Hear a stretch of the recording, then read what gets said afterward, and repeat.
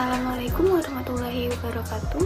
Perkenalkan, nama saya Lutfiana Aziza dari Prodi Pendidikan Administrasi Perkantoran Angkatan 2023.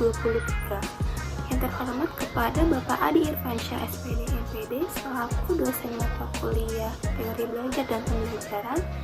Pada kali ini saya akan memaparkan tentang apa itu teori pembelajaran.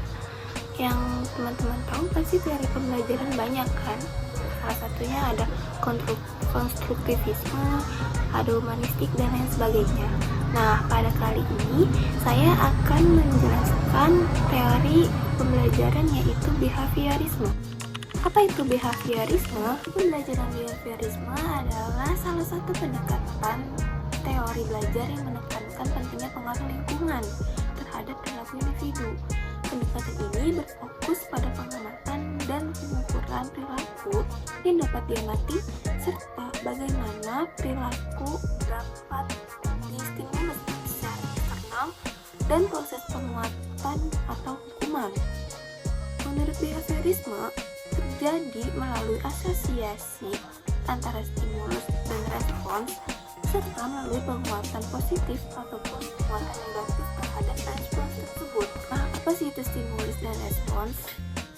Stimulus adalah apapun yang diberikan oleh pendidik kepada peserta didik, sedangkan respons adalah reaksi atau tanggapan siswa terhadap stimulus yang diberikan oleh pendidik. Di balik teori pembelajaran behaviorisme terdapat tokoh yang mengembangkan teori. Salah satunya yaitu B.F. Skinner. B.F. Skinner merupakan seorang tokoh behavioristik berkebangsaan Amerika. Skinner menganggap bahwa hubungan antara stimulus dan respon yang terjadi melalui interaksi dalam lingkungan akan menimbulkan perubahan tingkah laku. Sebagai seorang tokoh behavioristik, B.F. Skinner dikenal dengan pendekatan model yaitu direct instruction atau instruksi langsung, dan percaya bahwa tingkah laku dikendalikan dengan operant condition.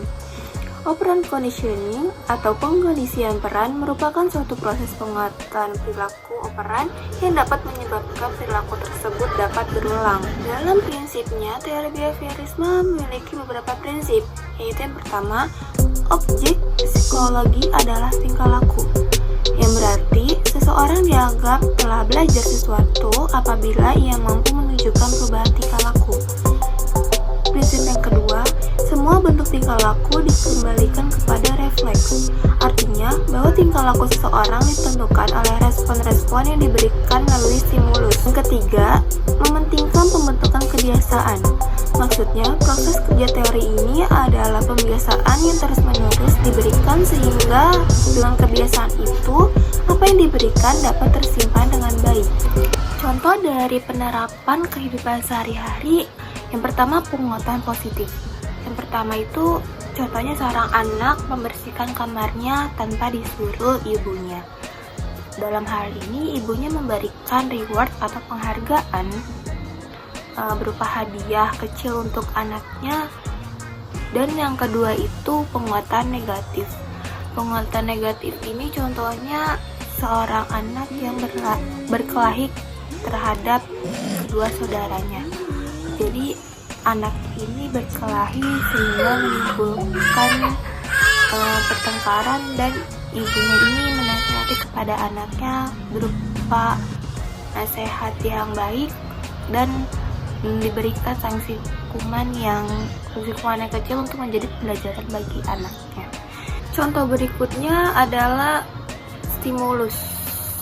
Dapat kita ambil seorang anak membuat cake bersama orang tuanya, bersama ibunya, di mana ibunya ini mengajari step by step cara membuat kue kepada anaknya. Dari step 1 dengan perlahan, step 2, step 3, dan seterusnya hingga kue itu jadi. Dalam hal ini, anak terstimulus oleh ibunya dalam membuat kue dan memahaminya secara baik. Teori pembelajaran ini memiliki keunggulan dan kelemahan. Keunggulannya mendorong murid untuk belajar secara mandiri, tetapi selalu siap membantu ketika murid mengalami kesulitan. Berikutnya, teori belajar ini juga sangat cocok untuk mengembangkan kemampuan yang melibatkan unsur-unsur kecepatan, spontanitas, dan daya tahan. Adapun kelemahannya, yang pertama, guru diwajibkan untuk merancang materi pembelajaran yang sudah tersedia. Murid lebih cenderung dipandu untuk berpikir secara linear dan konvergen, kurang mendukung kreativitas, serta ditempatkan sebagai murid yang pasif. Selanjutnya, dalam dinamika belajar mengajar kurang, karena peran murid terbatas pada mendengar dan menghafal informasi yang disampaikan. Demikianlah penjelasan tentang teori behaviorisme terhadap kehidupan sehari-hari, sehingga kita dapat mempelajarinya, dapat mengetahui, dan sebagai seorang pendidik ke depannya, kita dapat menerapkan teori pembelajaran sesuai dengan kebutuhan murid masing-masing. Sekian dari saya, kalau hanya mohon maaf. Wassalamualaikum